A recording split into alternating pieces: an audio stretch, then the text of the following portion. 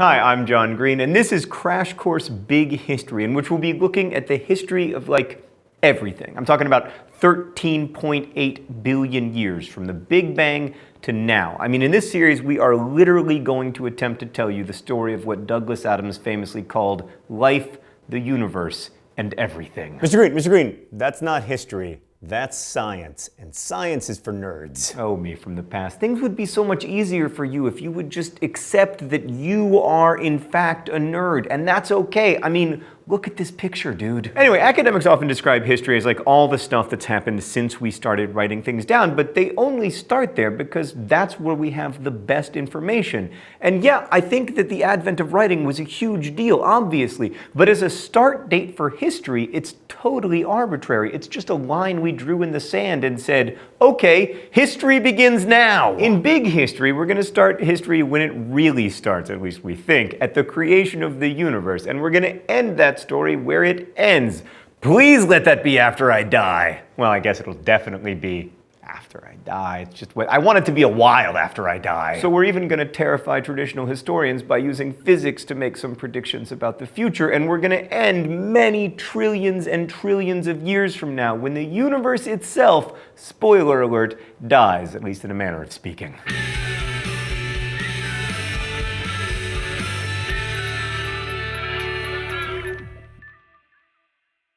Hey! I'm not John. If you're thinking we look a little bit the same, that's because we're brothers.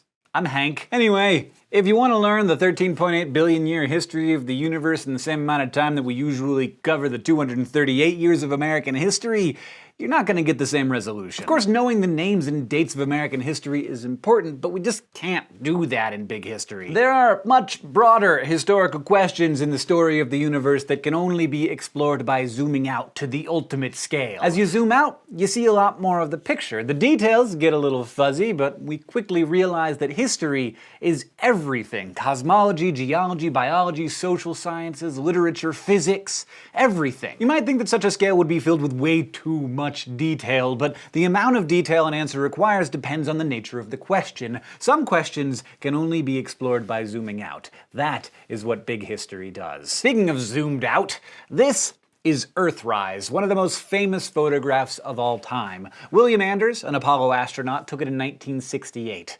From the surface of another world, we see our planet as a little ball in space. No borders, no people, no buildings, just oceans and clouds and continents being shined upon by the sun. That sheer expansion of scale gives me perspective. It lets me imagine all the complexity of life on Earth, from the gasoline engine that powered my trip to the studio to political instability in Nepal as part of a thriving, living, teeming mass of life floating in the emptiness of space. So what that photograph does for physical space, big history aims to do for everything. I mean, we want to contextualize all of existence. We want to outline the most powerful and important breakthroughs, the tremendous scale of existence, and how we know what we know and why we're sure we know it. All right, let's go to the thought bubble. So the universe is big, really big, and it's also old, 13.8 billion years old, which is enough years that there is no way to actually comprehend it. So let's just compress that age to 13 years, small enough that our puny brains can handle it. On that time scale, the universe would have begun 13 years ago, in 2001. George W. Bush had just been sworn in as president. Most Americans on the internet were connecting to it with dial-up modems. Right, so the first stars and galaxies would have formed 12 years ago, but 7.5 more years would pass until the Earth formed about 4.5 years ago. Move a little bit up to 4 years ago, that's when the first single-celled life formed on Earth. Then leap forward nearly 3.5 more years before the first multicellular organisms in the Cambrian explosion. What I'm trying to explain is that all complex life on Earth is a fairly recent development. On this scale, the dinosaurs went extinct about 3 weeks ago, roughly the last time I changed my Facebook status. Humans and chimpanzees split from their last shared ancestor about 3 days ago. The first Homo sapiens emerged 50 minutes ago, roughly the last time I checked my email. We left Africa 26 minutes ago. The American Indians reached the Americas 6 minutes ago, roughly the last time I checked my Twitter.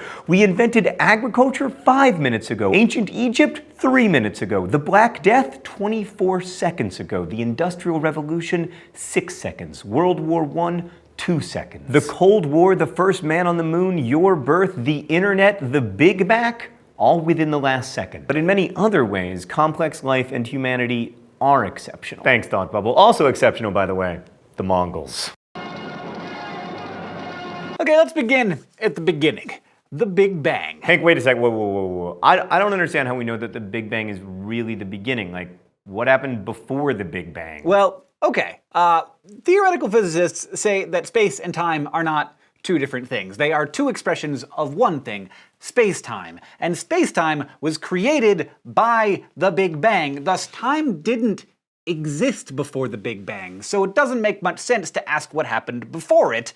There was no then. Of course, this, like many ideas in cosmology, doesn't really make any sense to our puny human brains. It's largely beyond our comprehension, rather like explaining color to a blind person. We know that it's true because the math works and it explains our observations so elegantly, but it's so far outside of how we directly perceive the world that I don't think it's something even the most genius physicists are able to imagine. But yeah, if you're gonna do a chronological study of the universe, the creation of time, it's probably a pretty good place to start the story. So the Big Bang wasn't something that happened inside the universe, nor did it expand into some kind of void. It was literally the moment when both time and space were created. The thing that was banging was the universe itself. It was expanding from an unimaginably tiny point to an unimaginably large universe unimaginably quickly. Unimaginable is basically the subtitle to the story of the Big Bang, but then again, it's also kind of the subtitle to everything else in big history. I mean, I can only do this occasionally, but sometimes you look outside and you're like, oh my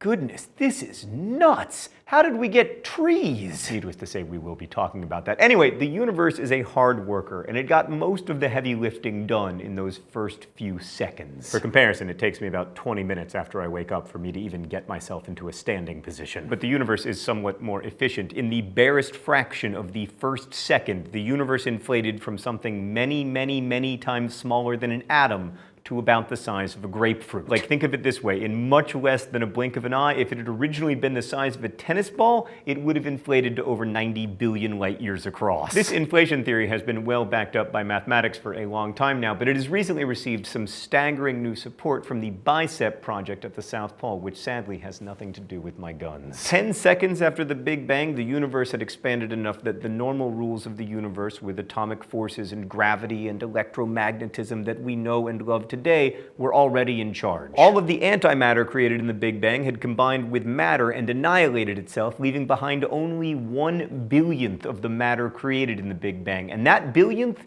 is everything. And I mean everything. Every grain of sand, every blueberry you will ever eat, every star that you will ever see, everything. We've already tried to understand how big a billion is, but just pause to think about that. Everything is 1/1000th of the matter created in the Big Bang.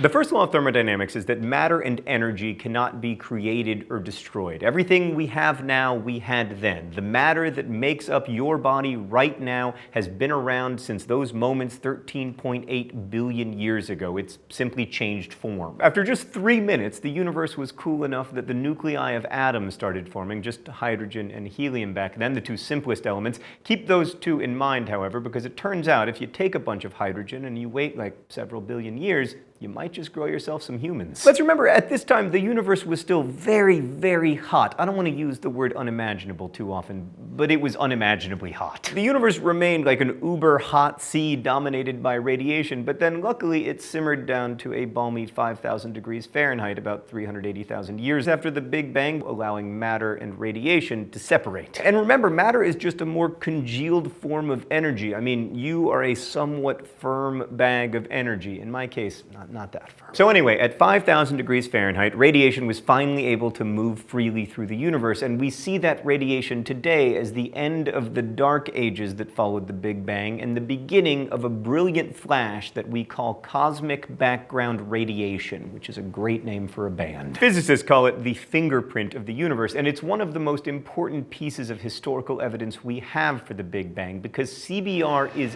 everywhere. Tune your radio to a frequency that doesn't have a station, a portion of the static you hear is actually that cosmic background radiation being picked up by your radio. So you can literally hear the universe in its infancy. Sometimes sometimes it can be tricky to know what's true, especially when we're talking about stuff that happened so far in the distant past. That is why we created science, that elegant system for sorting out the facts from the fertilizer. So just using your limited human senses, you might come to the same conclusion as 19th century scientists, that the universe is static, eternal, and infinite.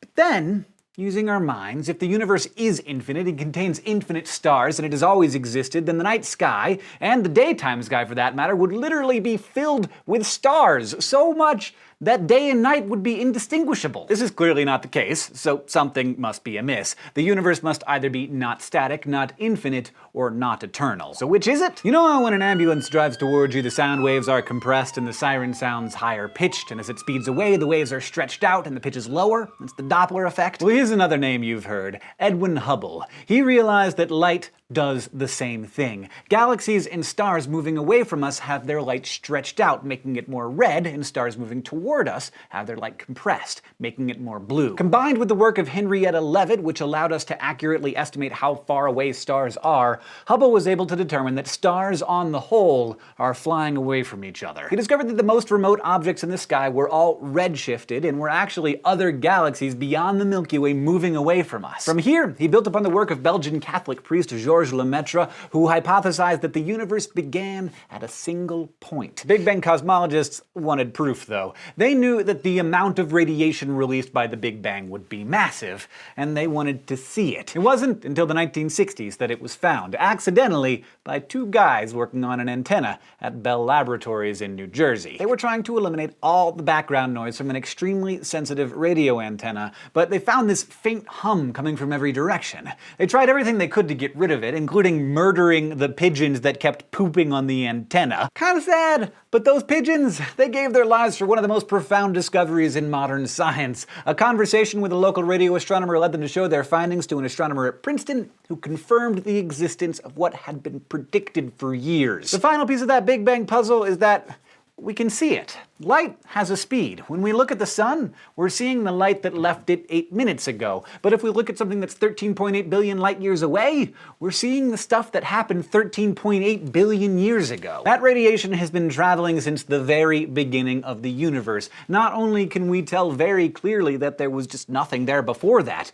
we can now study that radiation to learn the sequence of events of the Big Bang. We can also see that the chemical composition of the early universe is what we'd expect to see. A lot of hydrogen, a lot of helium, and a tiny pinch of lithium. The rest of the periodic table had to wait for the fiery furnaces in the bellies of stars to be created. But more on that next episode. As far as we've come in the past century in crafting a history of the universe, there are still many things cosmologists have yet to discover. For instance, the universe behaves as if there's a bunch of matter in it that we can't see or detect. Galaxies' gravitation is affected by this matter, but it's otherwise completely invisible to us. Physicists call it dark matter, but we have no idea what it is. But as in any historical endeavor, new discoveries will alter the story in future years. So expect the big histories of 10 or 20 years from now to look very different from today. But this isn't discouraging because, like, knowing everything would be boring. There's a lot left to discover, and at the current pace of scientific inquiry, many of those amazing discoveries will await us in our lifetime, or at least in your lifetime. Whether it be World War II or the life of Abe Lincoln, all histories ultimately start with the Big Bang.